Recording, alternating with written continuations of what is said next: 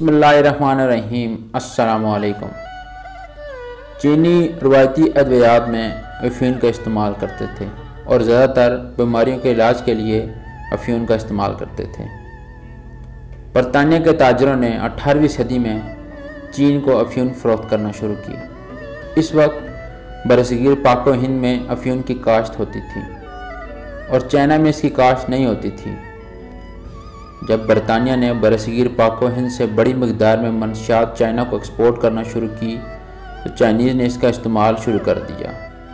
دن بدن لوگ افیون استعمال کرنے کے عادی ہو گئے اور افیون کی ڈیمانڈ میں اضافہ ہوتا چلا گیا۔ افیون کو بیچ کر برطانیہ نے آہستہ آہستہ چین سے ان کی برآمدات پر ان سے زیادہ رقم کمانا شروع کر دی اور اس رقم سے وہ چین سے درآمدات کی ہوئی چیزوں پر صرف کرتے تھے۔ برطانیہ نے افیون کی برآمدات میں بہت زیادہ اضافہ کیا۔ 1730 میں انہوں نے 15 ٹن افیون ایکسپورٹ کی اور 1773 میں 75 ٹن تک پہنچ گئے۔ فرسٹ اوپیم وار، اس کو اینگلو چائنیز وار بھی کہتے ہیں، یہ افیون پر پہلی جنگ برطانیہ اور چائنا کی کنگ ڈائنسٹی کے درمیان ہوئی۔ یہ جنگ تجارت کو روکنے پر ہوئی۔ اس جنگ سے پہلے چائنا کے بادشاہ نے افیون کی سمگلنگ پر بہت دفعہ پابندی لگائی، مگر برطانیہ نے پابندی کے باوجود سمگلنگ جاری رکھی اور چائنا کے لوگوں کو اس نشے کی لت لگ گئی۔ United nation office on drugs and crime کے مطابق ایسٹ انڈیا کمپنی، جو کہ برطانیہ کی کمپنی تھی، نے چائنا کے فری ٹریڈ ایریا میں موجود اپنے گوداموں میں افیون بھیجی اور پھر وہاں سے چائنیز آگے لے کر اپنے ملک میں سپلائی کرتے تھے، مگر 1834 میں ایسٹ انڈیا کمپنی کی یہ مونوپلی ختم ہو گئی، مگر 1839 میں دوبارہ غیر قانونی طریقے سے سمگلنگ شروع کر دی اور اسی سال کنگ ڈائنسٹی کے بادشاہ نے افیون کو دوبارہ لیگل کرنے اور اس پر ٹیکس کے پرپوزل کو ریجیکٹ کر دیا اور اس وقت کے چائنا کے گورنر جنرل کو آرڈر دیا کہ کینٹون میں موجود تمام افیون کو اپنے قبضے میں لے لو۔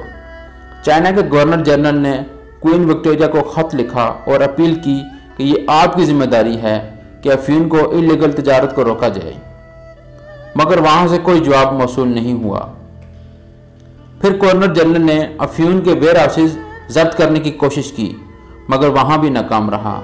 اس کے بعد گورنر جنرل نے طاقت کا استعمال کیا اور اس نے تمام سامان ضبط کر لیا اور غیر ملکی جہازوں کی ناکہ بندی کا حکم دے دیا تاکہ وہ افیون کی فراہمی نہ کر سکیں۔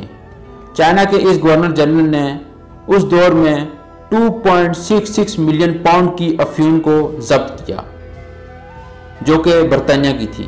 اس کے رد عمل میں برطانیہ نے اپنی ملٹری بھیجنے کا فیصلہ کیا اور برطانیہ کی رائل نیوی نے چائنا پر اپنی طاقت کا استعمال کیا اور جنگ جیت لی۔ 1839 سے لے کر 1842 کی اس جنگ میں چائنا کی کنگ ڈائنسٹی کو ٹریٹی آف نینکنگ کرنے پر مجبور کیا گیا۔ ٹریٹی آف نینکنگ کیا ہے، اس کے بارے میں مزید ایک نئی ویڈیو بنائیں گے، اس میں آپ کو بتائیں گے ڈیٹیل سے کہ یہ کیا ہے۔ اس معاہدے کے تحت چین میں غیر ملکیوں کو بلا معاوضہ حفاظت 5 بندرگاہیں غیر ملکیوں کے لیے کھولنے اور ہانگ کانگ کو برطانیہ کے حوالے کرنے والی شرائط بھی شامل ہیں۔ 1853 میں چائنا کے اندر کنگ ڈائنسٹی کے خلاف بغاوت شروع ہو گئی۔ بادشاہ نے نئے گورنر جنرل کو کینٹون میں تعینات کیا۔ کینٹون غیر ملکی باشندوں کی ایک بہت بڑی بندرگاہ تھی۔ اس گورنر جنرل نے افیون کے غیر قانونی کاروبار کو ختم کرنے کا عزم کیا ہوا تھا۔ 1856 کو افیون لے کر آنے والا برطانوی بحری جہاز ایرو کو پکڑ لیا اور اس کے عملے کو زنجیروں میں باندھ دیا۔ دوسری طرف بغاوت جاری تھی اور اس بغاوت میں فرینچ کے سفیر مارا گیا۔ اب برطانیہ کے ساتھ فرانس بھی شامل ہو گیا اور شدید غصہ ہوا چائنا کے اوپر اور یہ وجہ بنی دوسری اوپیم وار کی، دوسری افیون کی جنگ۔ برطانیہ نے اس موقع کا فائدہ اٹھایا اور ان سے جنگ کی۔ اس جنگ میں برطانیہ کا ساتھ فرانس نے دیا اور چائنا کو انہوں نے ہرا دیا۔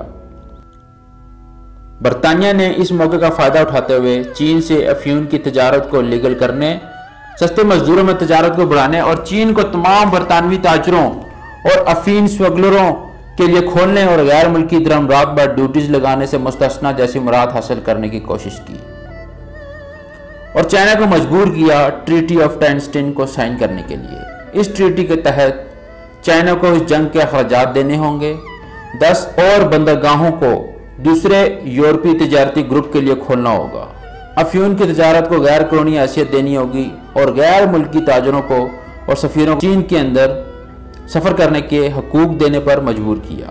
یہ تھی ہماری آج کی ویڈیو۔ ہمارے چینل کو سبسکرائب کریں، لائک کریں، شیئر کریں اور سبسکرائب کرتے ہوئے بیل کے آئیکن کو جو گھنٹی ہے اس کو لازمی پریس کریں۔